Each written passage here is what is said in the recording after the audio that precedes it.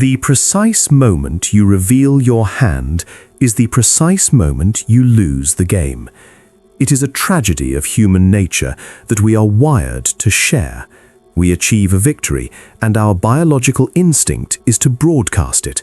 We stand atop the mountain and shout our triumph to the valley below. We believe, in our naivety, that the world will look up in awe. We believe that by displaying our lifestyle, revealing our next strategic move, or bragging about our financial conquests, we are building status. You are not building status. You are painting a massive bioluminescent target on your own back. In the ruthless architecture of Machiavellian power dynamics, the loudest man in the room is invariably the one with the least actual power. Why? Because he is the only one who cannot afford to be ignored. He is trading his security for attention. He is financing his own downfall with the currency of his vanity. Think, really think, about the last time you shared a significant success with your circle. Why did you do it? Was it truly to inspire others? Was it a benevolent act of charity? No. Be honest with yourself. It was because you were starving for validation from people who, in all likelihood, do not even like you. You traded your strategic advantage for a 5-second hit of dopamine. You invited envy into your house, pulled out a chair, and sat it at your dinner table. What you failed to realize is that while you were bowing for applause, the people around you were quietly calculating the mathematics of your destruction. Machiavelli warned us centuries ago, power dies the moment it becomes loud. Ostentation is not confidence, it is exposure. It tells the world exactly where to aim. It tells your enemies how high you have climbed, and consequently, exactly how long the rope needs to be to pull you back down. Today, we are not just talking about being humble, we are dismantling the attention seeker trap entirely. We are going to conduct a forensic audit of your social behavior and replace it with the framework of the hidden king, the sovereign individual who wins in the dark. This is a long, uncomfortable journey into the psychology of envy and the mechanics of silence. Most of you will turn this off. You will return to your Instagram stories and your LinkedIn updates because your ego is louder than your survival instinct. But for the few who remain, welcome to the shadows. Chapter 1: The Architecture of Vanity. Why we leak power. To understand why you must stop speaking, we must first understand why you cannot seem to shut up. The human brain is a traitor. It has evolved over millions of years to seek social cohesion. In the tribal era, being invisible meant being left behind. To be seen was to be fed, to be praised was to be mated. We are genetically coded to signal our competence. This is why when you sign a big contract or buy a luxury car, you feel a physical compulsion to let others know. It is a biological pressure building behind your eyes. But we are no longer on the savannah. We are in a hyper-competitive, capitalist hierarchy where resources are finite and status is a zero-sum game. In this environment, your biological impulse to share is a maladaptive trait. It is a glitch. Let us look at the myth of Icarus. We are all taught the simple moral lesson: do not fly too close to the sun. Do not be arrogant. But there is a deeper, darker reading of that story. Why did Icarus fly so high? It was not just for the thrill of the flight, it was to be seen. He wanted the gods to witness him. He wanted the mortals below to crane their necks. His death was not caused by the wax melting, it was caused by the performance. Had he flown low, had he flown quietly across the waves, he would have escaped the labyrinth. He would have survived. But he chose the spectacle, and the spectacle cost him his life. You are doing the same thing. Look at your social media feed. Look at the way you speak to your friends over drinks. Are you building an empire, or are you building an illusion of an empire? You are spending finite mental energy maintaining an image of success. Meanwhile, your competitors, the real predators, are spending their energy searching for the cracks in that image. When you post your wins, you are providing them with data. You are giving them the very information they will use to replace you, bypass you, or undercut you. Consider the corporate environment.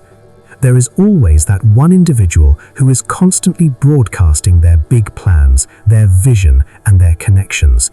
Everyone knows them, everyone watches them, and crucially, everyone waits for them to stumble. The moment that loudmouth makes a single error, the collective group pounces with a ferocity that is almost primal.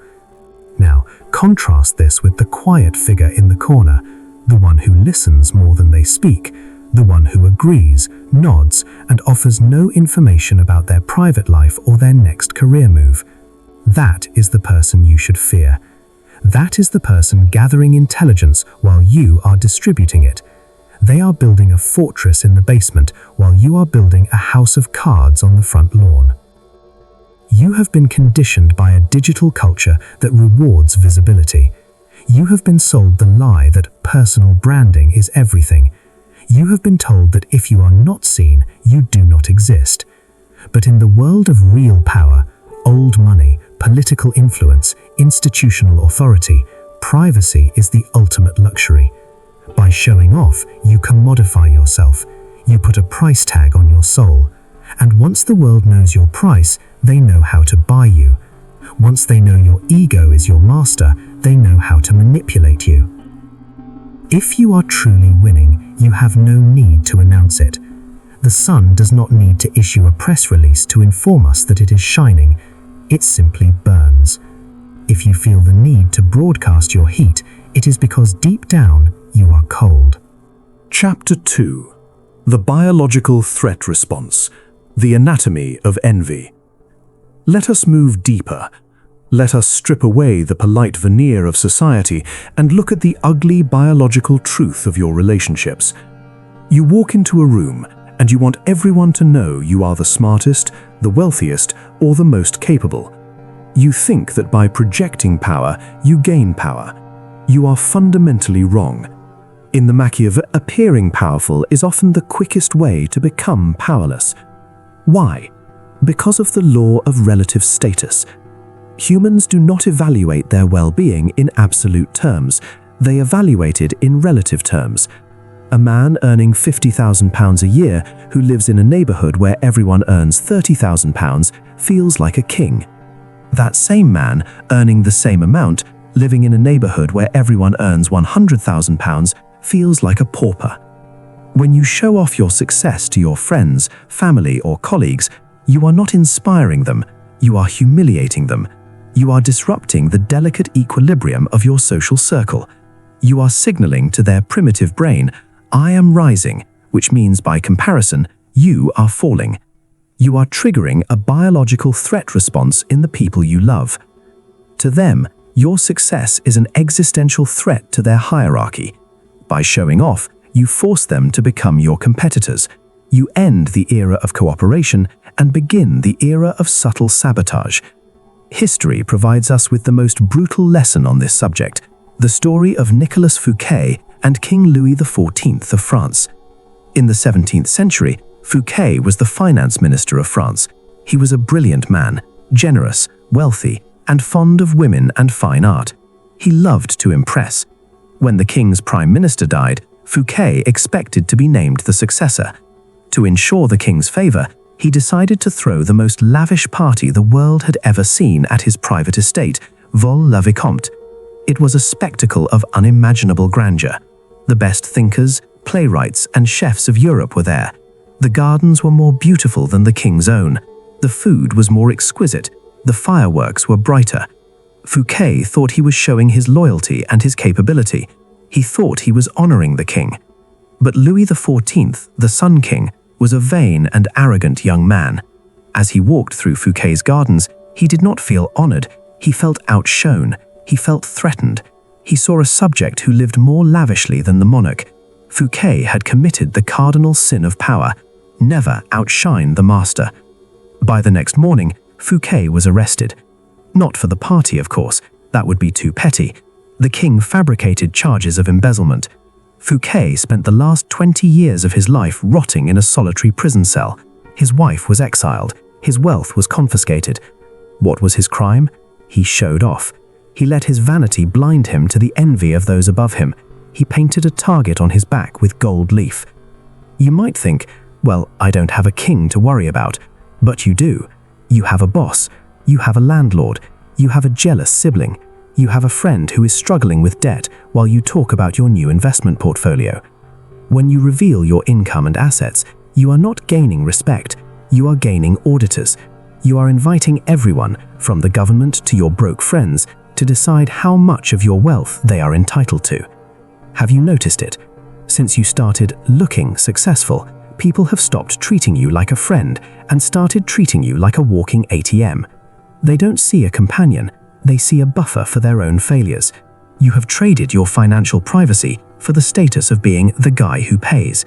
You are not a king, you are a sponsor. And it gets worse.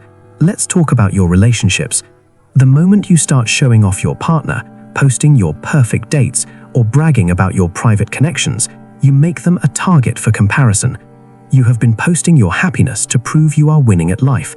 What you have actually done is invited every person who hates their own marriage to find a reason why yours is fake.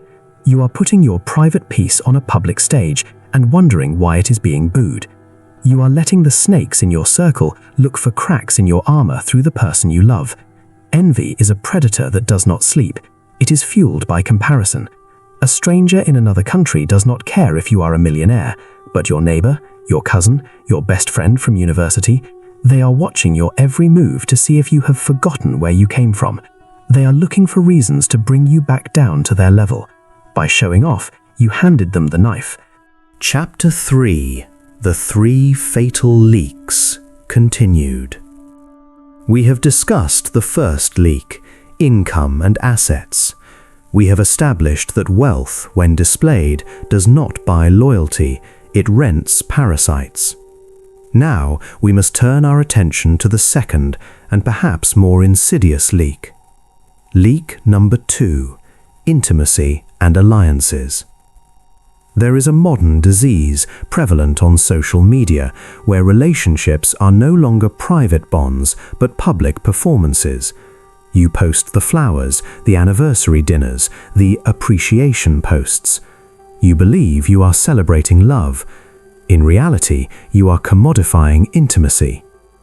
When you invite the public into your relationship, you invite the public's judgment into your bed. You are adhering to a naive belief that the audience wants you to be happy. They do not. The audience is bored, miserable, and lonely. When they see your perfect relationship, they do not feel joy for you, they feel shame for themselves. And shame quickly curdles into malice. By broadcasting your alliance, you are alerting your enemies to your vulnerability. A Machiavellian adversary will never attack you directly if you are strong. They will attack your flank. They will whisper poison into the ear of your partner. They will find the person you trust most and use them as a wedge to crack your foundation. Look at the history of court politics. The easiest way to destroy a king was never to stab him, it was to compromise his queen or blackmail his advisor. By keeping your alliances visible, you are drawing a map for those who wish to isolate you. The sovereign rule is simple. The things you love must remain hidden, for they are the only things that can be used to hurt you. If no one knows who you are loyal to, no one can use your loyalty against you. Leak number 3. The next move. This is the most dangerous leak of all. It is the leak that kills dreams in the womb. You have a big idea. You are going to launch a business, write a book, or leave your toxic job. You are excited. The energy is coursing through your veins. So what do? You go to the pub with your mates, or you go onto LinkedIn and you say, "Big things coming soon, stay tuned." You have just committed strategic suicide. There are 2 reasons why revealing your next move is fatal. The first is psychological. NYU psychologist Peter Gollwitzer has spent decades studying this. His research reveals a phenomenon known as social reality. When you announce a goal and receive acknowledgement, when people say, "Wow, that's great, good luck," your brain releases a premature hit of dopamine. You feel a sense of completion. You feel the satisfaction of the identity. I am an entrepreneur. I am an author, without having done a single minute of the suffering required to actually become that thing. Your brain is tricked into thinking the work is done. Consequently, your motivation evaporates. You have talked your dream to death. The second reason is tactical. You are alerting the competition. Machiavelli understood that execution must be silent. The moment the enemy sees the sword, it should be too late to parry the strike. By talking about your plans, you are giving your rivals time to copy you, time to undercut your prices, time to lobby against you, time to sabotage your reputation before you have even launched. You are handing over your competitive advantage for the price of a few likes. Think about your current circle. You have been low-key showing off your progress. You think you are leveling up. What you are actually doing is giving everyone around you a head start to build a wall in front of your destination. Stop telegraphing your punches. If you are going to strike, strike from the void. Leak number 3, the next move. This is the most dangerous leak of all. It is the leak that kills dreams in the womb. You have a big idea. You are going to launch a business, write a book, or leave your toxic job. You are excited. The energy is coursing through your veins. So what do? You go to the pub with your mates, or you go onto LinkedIn and you say, "Big things coming soon. Stay tuned." You have just committed strategic suicide. There are 2 reasons why revealing your next move is fatal. The first is psychological. NYU psychologist Peter Gollwitzer has spent decades studying this. His research reveals a phenomenon known as social reality. When you announce a goal and receive acknowledgement, when people say, "Wow, that's great, good luck," your brain releases a premature hit of dopamine. You feel a sense of completion. You feel the satisfaction of the identity. I am an entrepreneur. I am an author, without having done a single minute of the suffering required to actually become that thing. Your brain is tricked into thinking the work is done. Consequently, your motivation evaporates. You have talked your dream to death. The second reason is tactical. You are alerting the competition. Machiavelli understood that execution must be silent. The moment the enemy sees the sword, it should be too late to parry the strike. By talking about your plans, you are giving your rivals time to copy you, time to undercut your prices, time to lobby against you, time to sabotage your reputation before you have even launched. You are handing over your competitive advantage for the price of a few likes. Think about your current circle. You have been low-key showing off your progress. You think you are leveling up. What you are actually doing is giving everyone around you a head start to build a wall in front of your destination. Stop telegraphing your punches. If you are going to strike, strike from the void. The envy shield, strategic complaining. To maintain this camouflage, you must master the skill of strategic complaining. From this day forward, you will never share a win without attaching a cost to it. This is how you neutralize the biological threat response in others. If you buy a new house, do not talk about the view or the square footage. Talk about the nightmare of the stamp duty, the leaking roof, and the stress of the mortgage. If you get a promotion, do not talk about the salary or the title. Talk about the soul-crushing hours, the toxic politics, and how tired you are. Why do we do this? Because it makes you safe again. When you complain, you give the envious people in your life a psychological win. They can look at you and think, well, he has the money, but his life sounds like a mess. I'm actually glad I'm not him. You are feeding their ego so they do not eat yours. You are making your success look like a burden rather than a blessing. This keeps the snakes in a state of pity rather than a state of war. Machiavelli didn't want you to be a martyr, he wanted you to be a ghost. You want the results of success, the money, the freedom, the power, but you want to deflect the social cost of success, the envy, the sabotage, the requests for loans. By faking struggle, you are performing a social smokescreen. You are moving in the dark while they think they are watching you suffer in the light. Chapter 5. The Information Embargo. We must now operationalize this. We need to install an information embargo on your life. You are currently suffering from a need to confess. You treat your friends and family like priests, confessing your ambitions and your wins. You must stop. You need to develop a secret life. I am not talking about a life of lies or deceit. I am talking about a life of reserved assets. Financial reserve. You need a bank account that no one, absolutely no one, knows exists. This is your go-to-hell fund. It is the psychological anchor that allows you to negotiate from a position of strength because you know you can walk away. Skill reserve. You need to cultivate skills that you do not display. Learn a language, learn negotiation tactics, learn coding, but do not put it on your CV immediately. Do not brag about it at the pub. Keep it in your pocket. The most devastating surprise in a negotiation is when you suddenly speak the language they thought you didn't understand. Network reserve. You need connections that do not appear on your Instagram following list. Mentors, advisors, and allies who operate in the shadows.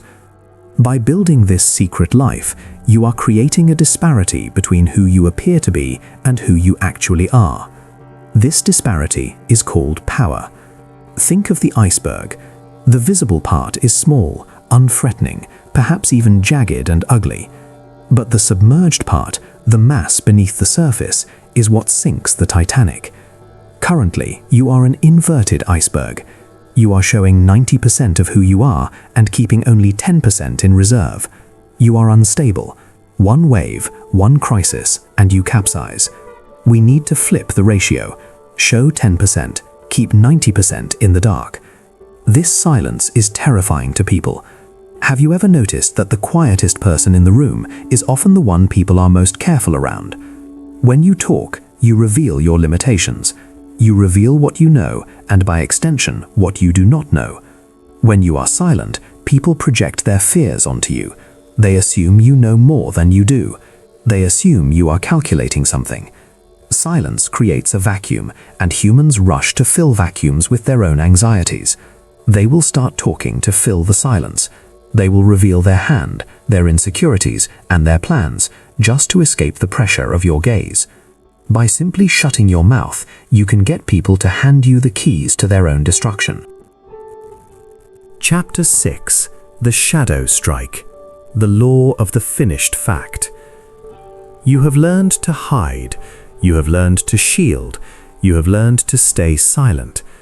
But defense alone does not build empires. Defense merely keeps you alive. To win, you must eventually strike. But there is a fundamental difference between how a peasant strikes and how a king strikes. The peasant announces the strike. He screams as he swings the sword. He needs the parade, the applause, and the public acknowledgement of his effort. But a king, a true Machiavellian sovereign, understands that the most devastating blow is the one that lands before the victim even knows a war has started. This is the shadow strike. Think about your current strategy. You have been announcing your moves. You tell your accountability partners about your new diet. You tell your colleagues about the promotion you are gunning for. You tell your family about the business you are launching. You think you are manifesting. In reality, you are telegraphing. In boxing, telegraphing is when a fighter tenses his shoulder before throwing a punch.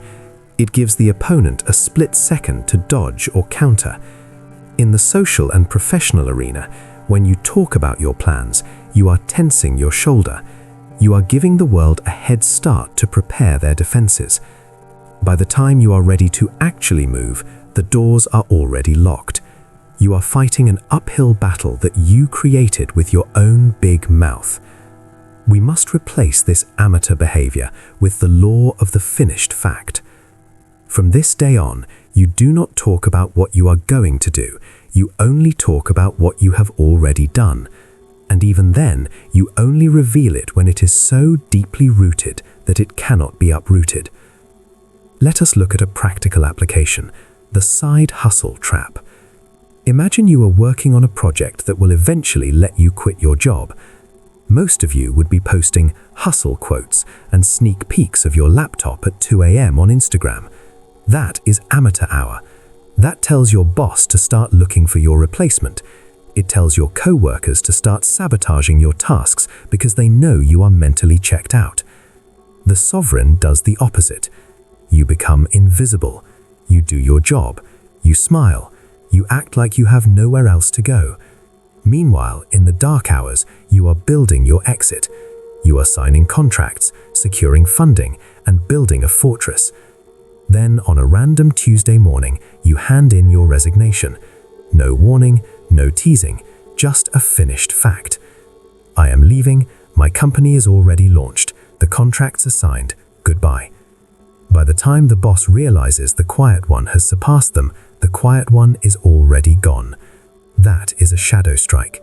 It leaves no room for negotiation, it leaves no room for a counterattack. It is absolute.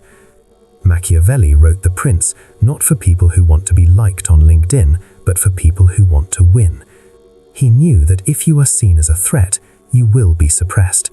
If you are seen as an equal, you will be competed with. But if you are seen as nothing, as just another face in the crowd, another average soul with no ambition, you are granted the ultimate tactical freedom. You are invisible, and an invisible enemy is an undefeatable enemy. Chapter 7. Induced blindness, the camouflage of pity. How do we ensure this invisibility lasts until the moment of the strike? We must master the art of induced blindness. You have been frustrated because every time you try to level up, something gets in your way. A friend talks you out of it. A competitor beats you to the punch. A family member warns you until you lose your nerve. You blame bad luck. I blame your vanity. You wanted the credit before you had the result. You wanted the winner label before you had even finished the first lap. To execute a shadow strike, you need people to look at you but not see you. You want them to think you are stagnant. You want them to think you have hit your ceiling. You want them to feel a little bit sorry for you. Why? Because pity is the ultimate camouflage. When people pity you, they do not fear you. When they do not fear you, they do not watch you. And when they do not watch you, you can take the entire kingdom while they are busy offering you advice on how to be as mediocre as they are. This requires a suppression of the ego that most people cannot manage. Can you sit at a dinner table and let someone who is less successful than you give you advice? Can you nod, smile, and say, "That's a great point, I'll think about that," while knowing fully well you are miles ahead of them? If you can do that, you are dangerous. You are feeding their ego to buy your own freedom. You are letting them believe they are the lion while you are the fox. Because while the lion is busy roaring and making himself a target for every hunter in the woods, the fox is in the shadows, winning. Look at your last big reveal. You posted a win. You got 200 likes and you felt great for 10 minutes. But look at what happened next. That friend who has always been slightly competitive with you suddenly stopped liking your posts. That person who used to mentor you suddenly became busy.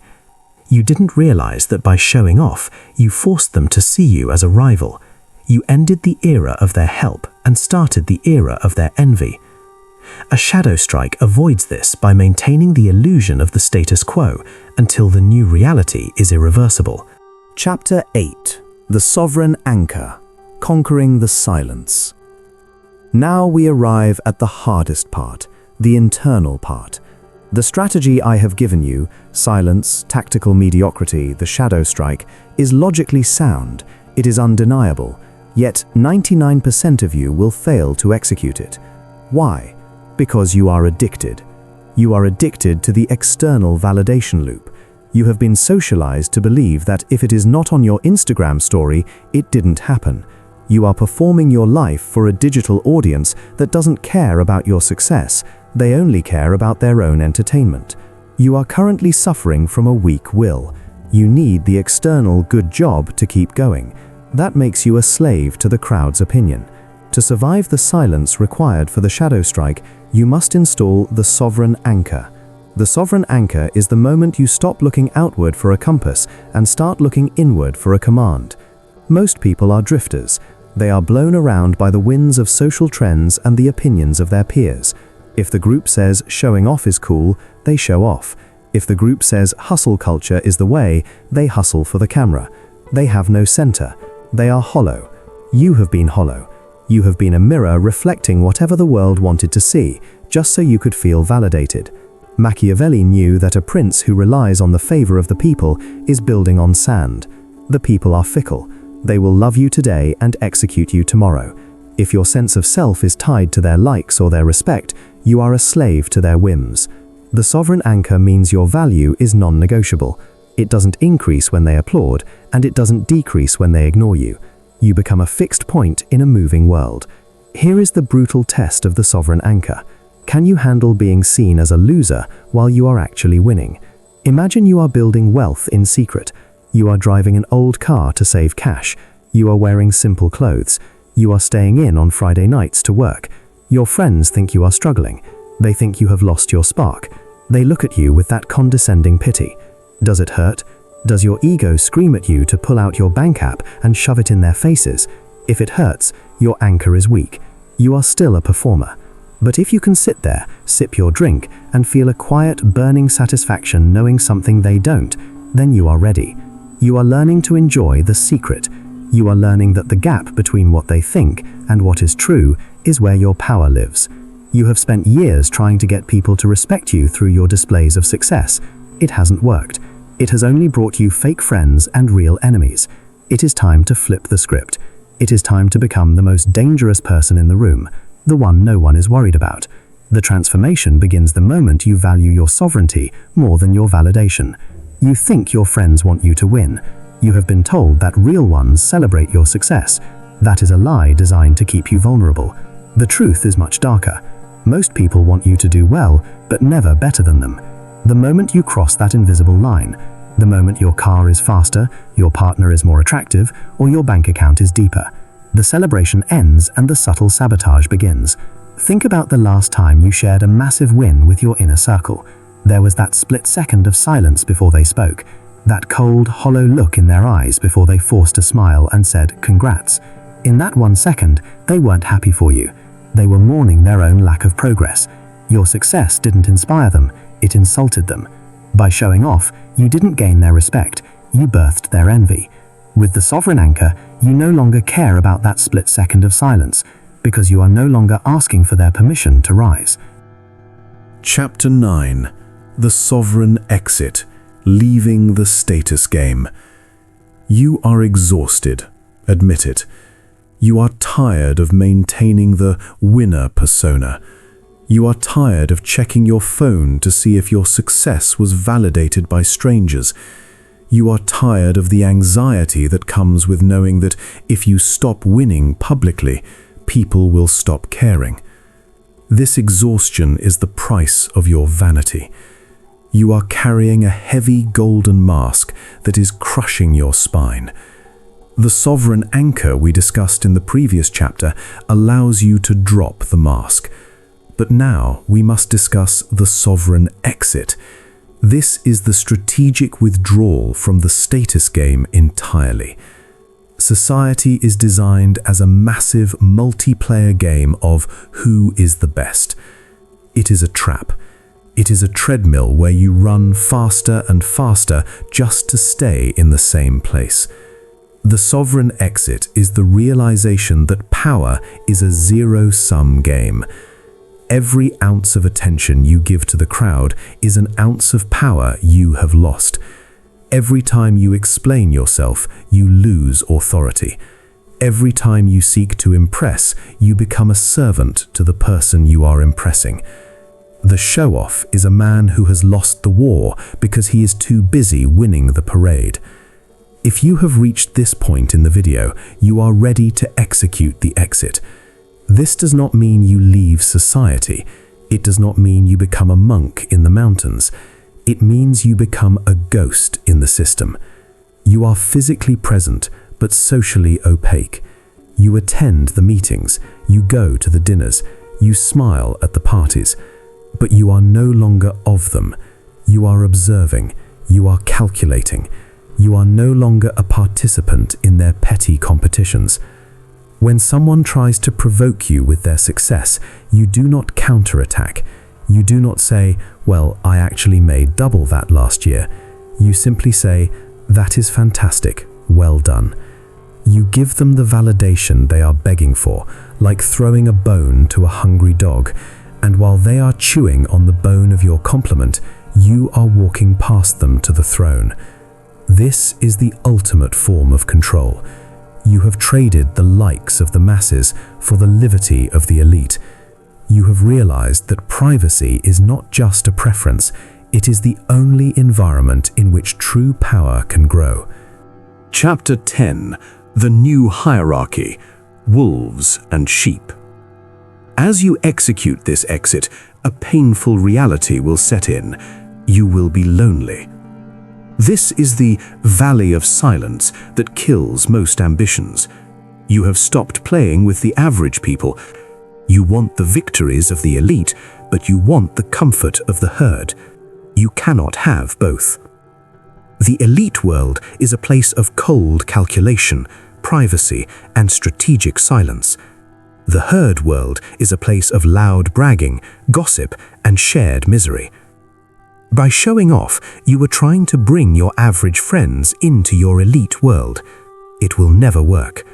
They will only drag your elite world down until it is as miserable as theirs.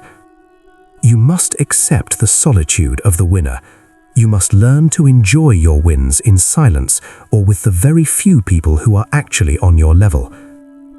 We are building the new hierarchy.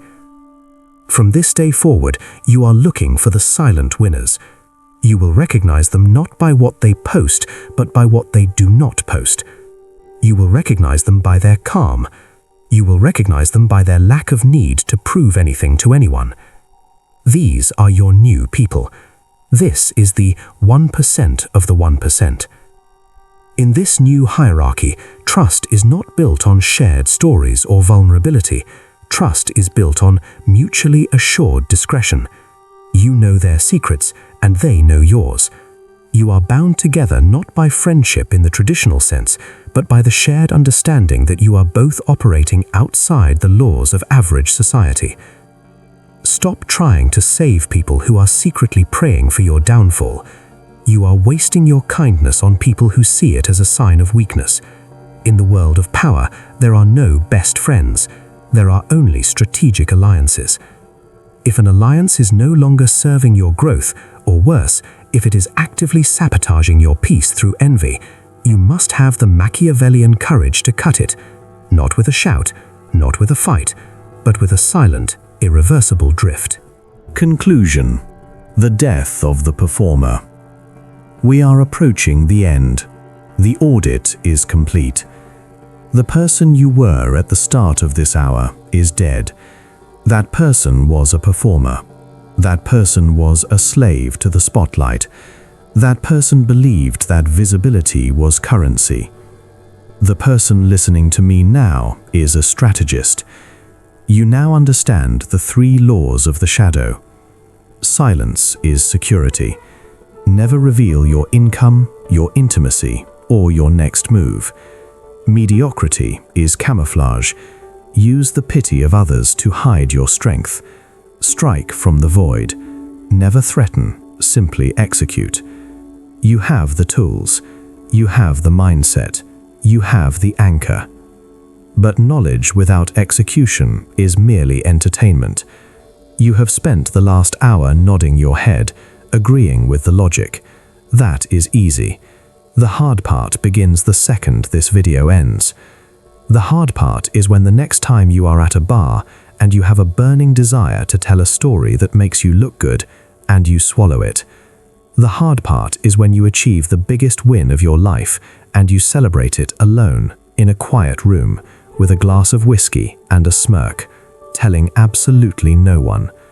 That silence will feel heavy. It will feel unnatural. But that weight, that is the weight of the crown.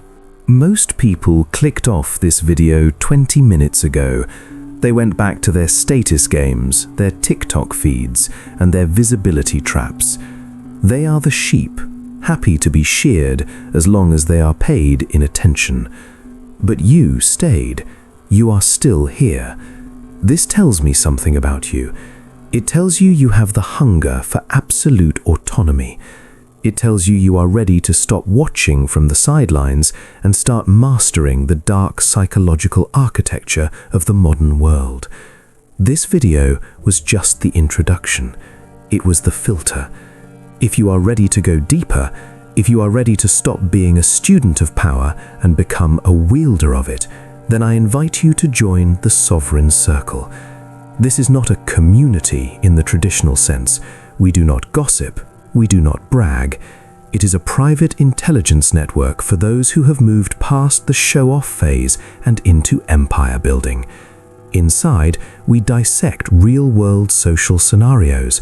We analyze the hidden power dynamics of the corporate and financial world, and we share the blueprints that the public algorithm is too afraid to show. I do not want everyone. In fact, I actively discourage most of you from joining.